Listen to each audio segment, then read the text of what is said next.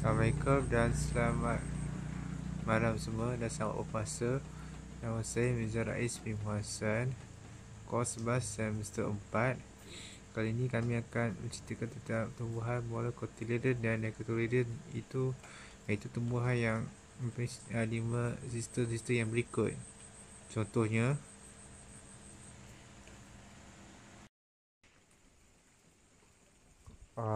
okey. Tumbuhan pertama yang mewakili monocotyledon adalah pokok cili. Pokok cili mempunyai kelopak, mempunyai batang yang bervascular. Ini berbatang dia. Kita boleh lihat di sini. Akar yang serabut. Bila kita korek tu, bila kita cabut pokok nanti ke pokok cili ni, akar memang akan serabut. Yang kelopak bunga, dia mempunyai kelopak bunga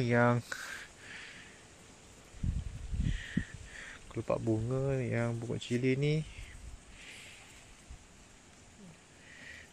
Ini kelopak bunga cili ni yang sebelum menjadikan buah,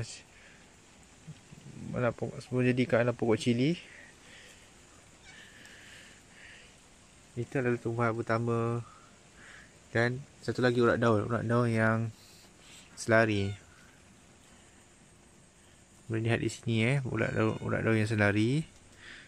Itu pokok pertama monocotyledon. Saya tunjukkan pokok yang kedua pula, itu monocotyledon. Okey. Tumbuhan kedua dari dicotyledon adalah pokok bunga matahari. Urat daun yang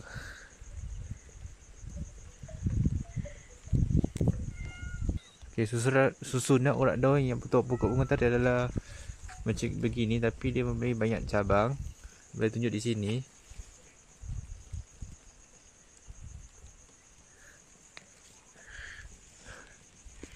Ini susunan urat daun untuk pokok bunga matahari.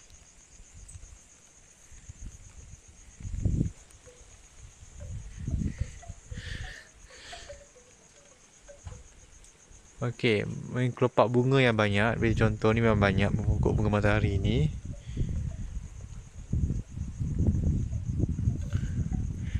Batang dia memang agak tebal. Batang pokok dia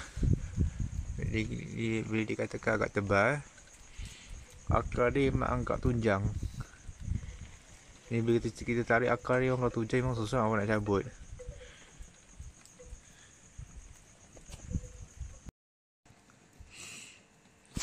Itu saja yang video yang kita hasilkan daripada kami.